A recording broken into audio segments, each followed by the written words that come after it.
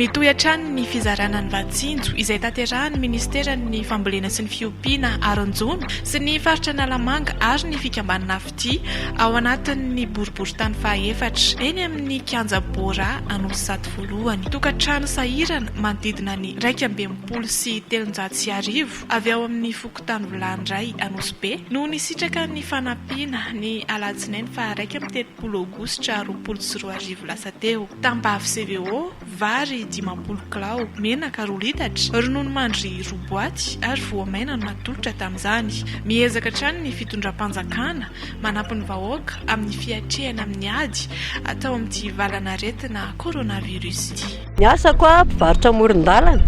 mivarotra karakara patany ireny no midiko dia fatapera izay zao vao mba nahazo an'izao fanampiana zao efa tena sahirana mihitsy vadiko zao tsy niasa tamin'ireny confinement ireny zay zara raha mahalafo entana mpanasa lamba ny asako zao avy nahazo vary menaka ronono ino testy voamaina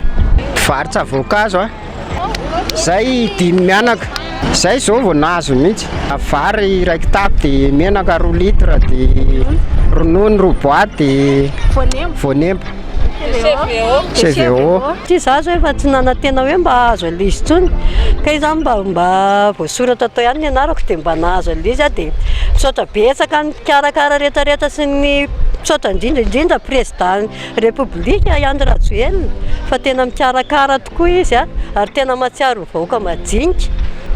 dia mba faly be zay efa mba nahazo an'izao fanampiana zao efa mba mahatsinjo anay ilay izy efa mba mahafa-pahasahiranana faly be mahitsy ny mpamisotra amin'ny filoham-pirenena mba nitsimbona mahantra faly zay ary mira zay dia vola zay satria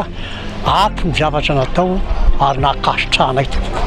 ny fihetsem-polo faly mahasotra betsaka amin'ny président